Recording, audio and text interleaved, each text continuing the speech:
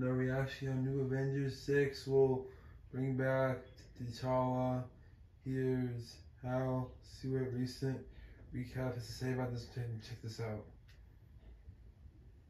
It's a pretty exciting time in the MCU. We're just about to embark on phases 5 and 6, and we know a ton of titles for future films, but very little in the way of detail. And that means that theories abound. We'll be getting into select theories today, including the possibility of T'Challa's return to the silver screen as the video progresses, so be sure to stick around till the end. How multiversal is this so-called multiverse saga really going to get? The first 3 phases of the MCU ended up being grouped together and referred to as the Infinity Saga, ending with the Avengers Infinity War and Avengers Endgame two-parter serving as the major climax that everyone was building toward, leaving Spider-Man Far From Home to show us the aftermath and begin the slow transition towards what's to come. Phases 4 through 6 similarly have a title, and it's known as Marvel's Multiverse Saga. Phase 4 just now wrapped up with Black Panther Wakanda Forever capping everything off. And so far, people are a little unconvinced about the new name, as while the multiverse is certainly present, it's not been as major a factor as they might have thought. Of course, to be fair, that was merely the first phase. The Infinity Stones were similarly incorporated slowly but surely. It's worth noting that the multiverse shenanigans are definitely the biggest connection plot thread, as Spider-Man No Way Home showed off 3 versions of Spider-Man and a selection of their villains from the past Spidey film series. And the concept was then gone into much more intensely in Doctor Strange in the Multiverse of Madness. There are no doubt ramifications for this universe hopping that will play a huge role in the future. We may see it sooner than you think, as Phase 5 begins with Ant-Man and the Wasp: Quantumania, set to release in February of 2023. That name, and the Quantum Zone in general, seem so ripe for traversing through different universes, and its placement at the start of Phase 5 would make it a sensible place to amp things up. Additionally, it's known for a fact that Kang the Conqueror will be making some kind of appearance in this movie, and considering the 5th Avengers movie is named after the guy, it's safe to say he's going to be a major part of this saga, seemingly playing the role Thanos held in the past. Of course, with so much still unknown, he may well be a precursor to an even greater threat. But for now, he's likely to be the biggest baddie we have to deal with. What are theories related to Kang the Conqueror? There's a lot of reason to believe that we'll be seeing not just one, but many variants of Kang the Conqueror, and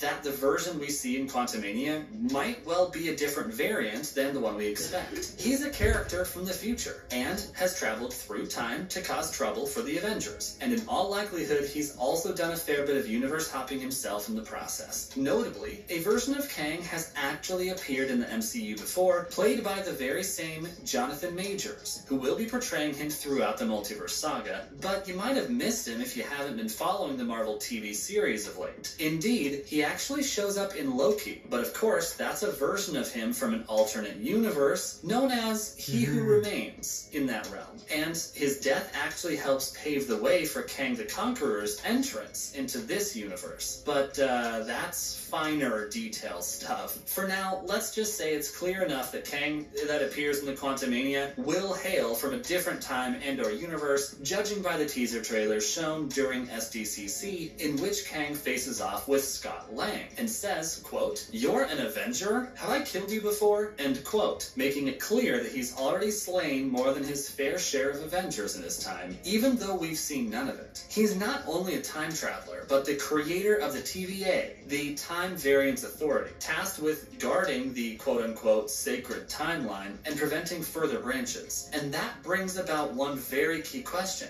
Why did Kang allow the Avengers to defeat Thanos? Why didn't the TVA intervene when the Avengers sought to change their timeline? This is a pretty big question, one that was on the lips of many when the TVA was introduced. If they seek to protect and preserve the timeline, then why didn't they rear their heads at past time shenanigans? The biggest example of this, of course, being the Avengers leaping through the quantum realm to go back and forth in time to retrieve the Infinity Stones so that they might save the untold number of people killed in the snap. Considering Kang's own desires seem to involve killing off Avengers, and the general goal of the TVA as a whole, why did they allow this to take place? Loki explains that the TVA were okay with these proceedings as they knew that the Avengers were going to do the right thing and return the stones to their rightful place, with the exception, of course, being the Tesseract, thanks to Loki making off with it, thus setting off the plot in the show in the first place. Still, while that makes sense from the point of view of a fair and just authority of time, it still seemingly conflicts with the goals of their evil mastermind leader. So,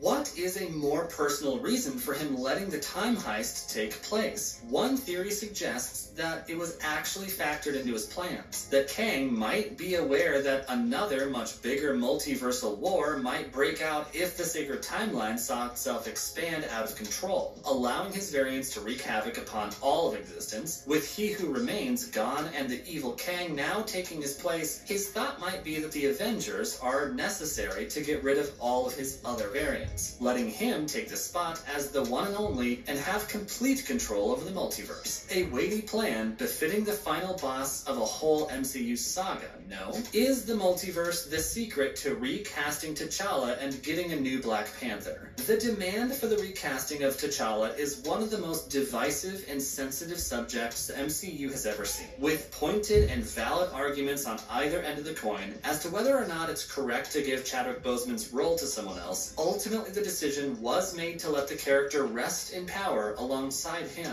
and continue the story of Wakanda without T'Challa in the sequel. However, that does not mean that the window has closed for good. It might be possible to respect the fallen actor as forever being the T'Challa of our universe, whilst still introducing a new one through use of the multiverse. It would technically be a different incarnation, but nonetheless, it makes all the sense in the world that other Black Panthers would be out there, alive and well and still fighting the good fight. Granted, thus far, multiverse incarnations have largely used the same actor when applicable, but special exceptions was actually made in Spider-Man No Way Home, so there's certainly precedent for this. Some variants do indeed just look and sound different, and that's not really a big deal. There is theoretically no reason they can't introduce another version of T'Challa this way, and it's likely this kind of compromise would go down well enough with fans on either side of the spectrum. It wouldn't be replacing Boseman in the same way that Don Cheadle replaced Terrence Howard. It'd be a completely different character with his own experiences separate from what we've seen thus far, and if there's going to be a big multiversal war going on anyway, why not take the golden nugget opportunity to hashtag recast T'Challa to let him reclaim his role as a key hero in that struggle? Here's our final theory. Could the true main villain be Dr. Doom? A curious rumor abounded in the months leading up to the release of Black Panther Wakanda Forever that Dr. Doom might be making an appearance. Doom is one of the most iconic villains in all of Marvel, and is most closely associated with the Fantastic Four. He's made a number of appearances in prior Fantastic Four films, but none of them were particularly lauded. And Doom himself has never been portrayed very well on screen, meaning fans wish all the more to see him done right in the MCU. We do know that the Fantastic Four will be slowly but surely introduced properly into the MCU after showing us an alternate universe Reed Richards in Doctor Strange and the Multiverse of Madness. Victor Von Doom can't possibly be far behind, and what better way to do him justice than to make him the true big bad of the saga? The main reason this is speculated on is that the saga is set to conclude with the adaptation of Secret Wars in some way, shape, or form. While no doubt the film version is going to have many different details, one major way to stay true to the source material would be to have Dr. Doom be the one who becomes the ultimate threat, as in the original story he gains reality-altering life-altering powers. He rips the skull out of Thanos' head at one point in the story. If that gives you any idea, wouldn't that be an amazing moment to see in the MCU? Fingers crossed. And that's all the time we have for today's video. Like and subscribe for more.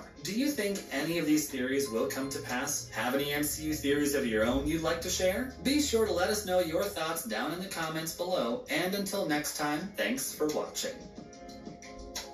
Okay, subscribe, like this video, and Happy New Year's Eve, guys, and see you guys. Bye. So watching, see you guys. Bye.